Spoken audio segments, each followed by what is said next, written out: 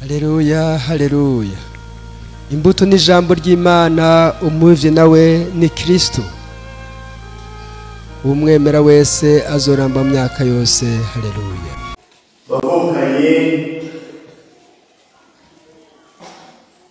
tuje ngaha guhimbaza indagano za burundu z'abafurera batowe n'Imana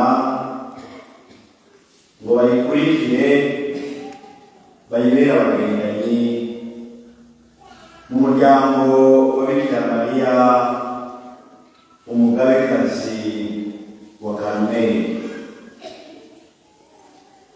Turabakeje kandi turakeje umuryango wose kuko Imana yabagomwe ikabagabira ibyiza byayo, nabo bakabyakira bakarondera mbere no kubikuza mu buzima bwabo. Ko kanatsinda indagano z'abihebeye Imana ni nziza zishamikira ku ndagano z'ibatisimu. Abihebeye Imana n'abakristu bashimishijwe baranyurwa n'indagano z'ibatisimu, baraheza barazizirikana gushikaho bagira bati reka tuzemeze imbere y'Imana n'imbere y'umuryango wa Ekleziya mugira indagano z'icese mu muryango kanaka. Izo ndagano z'ibatisimu bazemeza mu kuvuga icese indagano z'ubworo, z'ubweregerwa n'iz'ubwambutsi. Bagira indagano y'ubworo kuko bagira bati mu buzima bwacu kubera ko twavukanye na Kristo mw'ibatisimu nta rindi tunga dushaka gushyira imbere ya byose atari Kristo wenyene tubwiwe. Bagira indagano y'ubweregerwa kuko bagira bati nta muntu n'umwe mu buzima bwacu tuzorutisha Kristo. Bakagira indagano y'ubwambutsi kuko bagira bati nta shaka ryacu tuzokwigera dushyira imbere y'ishaka rya Kristo. Koko ubuzima bwabo bwose babweguriye Kristo. Ivyo navyo si ivy'umuntu ashobora kwigira,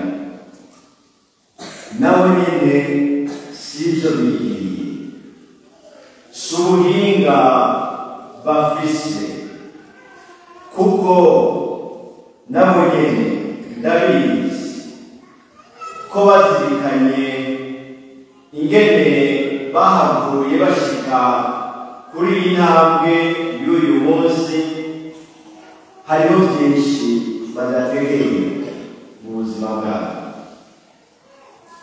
Iyi ntambwe bakoreye muhava mugira ni ukwitaba ijwi ry'umukama kurya kwa Samweli.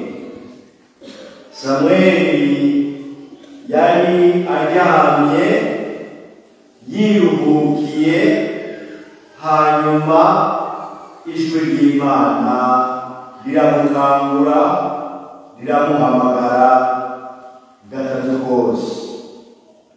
Mbere iyo atagira umutama Heli yamusiguriye ibyo ari byo, akamubwira inyifato n'inyishu aheza agatanga, ntiyari kubimenya, ariko yarahejeje aritaba iryo jwi ry'Umukama.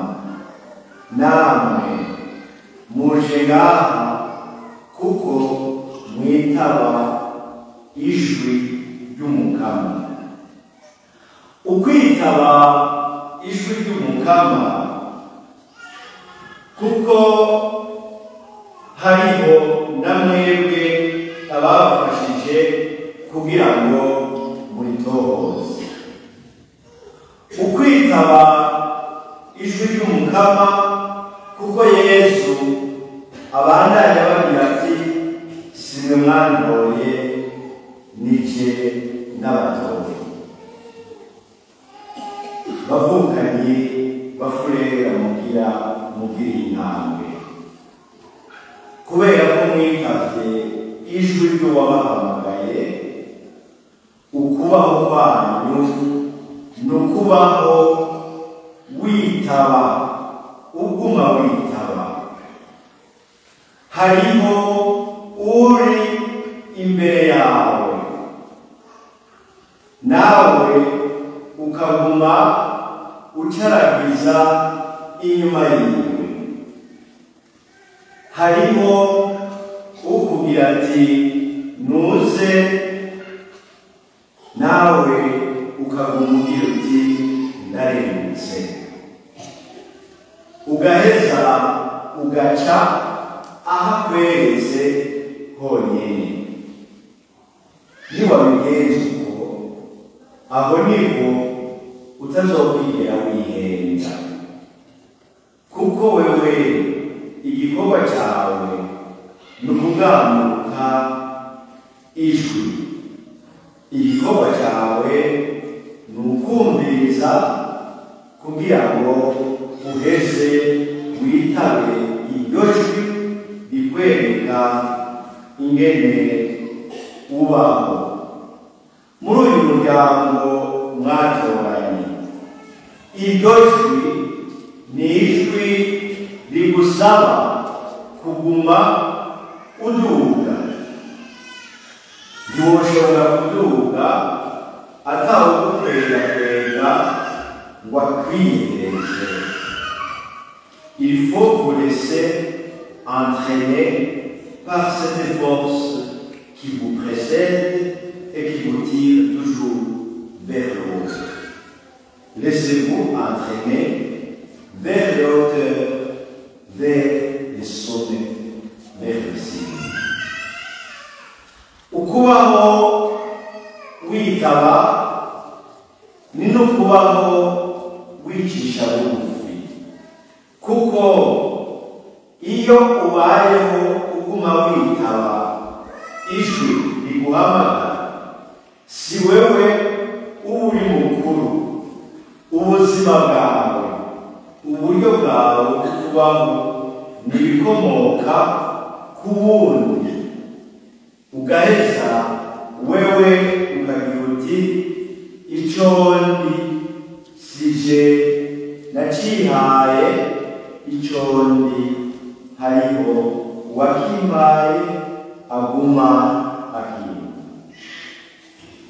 Ukubaho witaba ni n'ukubaho ukenguka, kuko ugira uti natewe iteka ntabibwiye, natewe iteka yuko Imana ingoma ikantora mu bandi, ikanyakura, igaheza ikanyegereza. Uwihebeye Imana ni umukengurutsi mu buzima bwiwe bwose, kuko agira ati Imana yarantumye. Iyo Mana rero iguma ibahamagara, iyo Mana muguma mukurikira, ibagira iti n'abashinze kugenda mu mwami icamwa kandi icamwa gihoraho.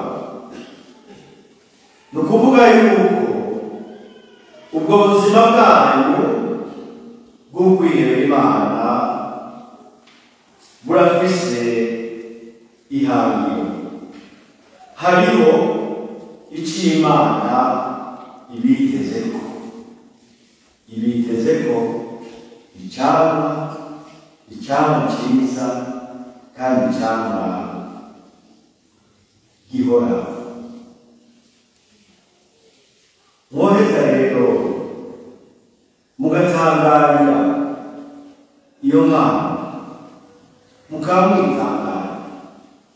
Iyo Mana igira iti ndakwitezeko icamwa, wewe n'indabiresho Imana ikaba hariho icyo ikwitezeko.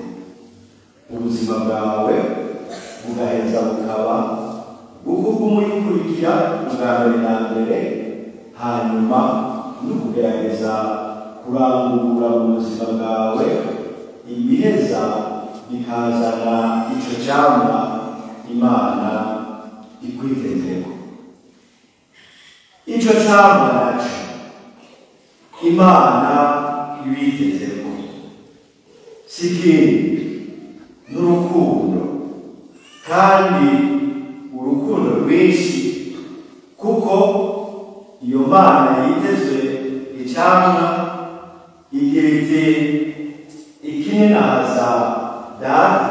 Uwo ni Yesu abitubwira, nuko mwokwama byinshi. Ntimuheze rero ngo murondere kugira gukora ibibayabaye, no vous contenter jamais de peu, ne vous contenter jamais du minimum. Mu buzima bwanyu, haba mu bucuti mufitanye n'Imana, haba mu butumwa Imana ibashinga, visez toujours le maximum, kubera yuko spiritualité yanyu n'ubudugu. None Imana nayo ibitezeko mwokwama byinshi. Imana ni rukundo, yaturemanye agashusho kayo. Aho gashusho kayo si agashusho k'ubwenge gusa, n'agashusho cyane cyane k'urukundo. Yiteze rero kwako gashusho k'urukundo kibonekeza ubwa mbere na mbere mu bo yateye iteka, ikabahamagara, ikabiyegereza, ikagira iti gumane nanje. Nk'uko Pawulo mweranda yabitubwiye mu ibaruwa yandikiye Abanyekolosi, urwo rukundo Imana ibaronderako ni narwo ruzoheza rukabavyarira akanyamuneza mu buzima bwanyu bw'ubwihebyi. Nimwaba mu rukundo muzokwabana akanyamuneza. Urwo rukundo nirwo ruzobaha ubumenyi nyabumenyi, kuko buzoba ari ubumenyi bukomoka ku Mana, kandi atakindi buzoba bugamije atari kuberekeza ku Mana. Urwo rukundo nirwo ruzobaha ubwiyumanganyi mu bibagora, kuko ntivyigera bibura. Urwo rukundo nirwo ruzobaha ububanutsi mu butumwa muzoroha, mugaheza mukabukora mugorodokewe. Urwo rukundo nirwo ruzobaha ubukomezi muri byose, maze ibyo mukora mukabikorana ishaka, mukabikorana urukundo nyine. Bavukanye mugire indagano zabuze.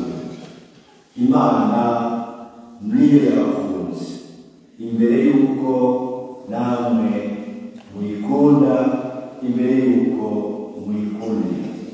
Iyo Mana yabakunze niyo ishaka ko mugumana, ikaguma imbere yanyu, namwe mukaguma inyuma yanyu. None nimubyisabe, na twebwe twese tubasabire kugira ngo mugume inyuma y'Imana yabahamagaye, Imana mwahejeje mukagambukira mukitaba ijwi ryayo. Turabibasabira namwe mwese mubyisabire. Ubuzima bwanyu nibwaba ukwitaba ijwi ribahamagara, ntamwereka muzoheza mubeho mu rukundo, muzoheza mugume mutera imbere, mwerekeza mu buzima budahera. Bikira Mariya nabaheke mu mugongo, Imana nayo irinahazwe mu minwe.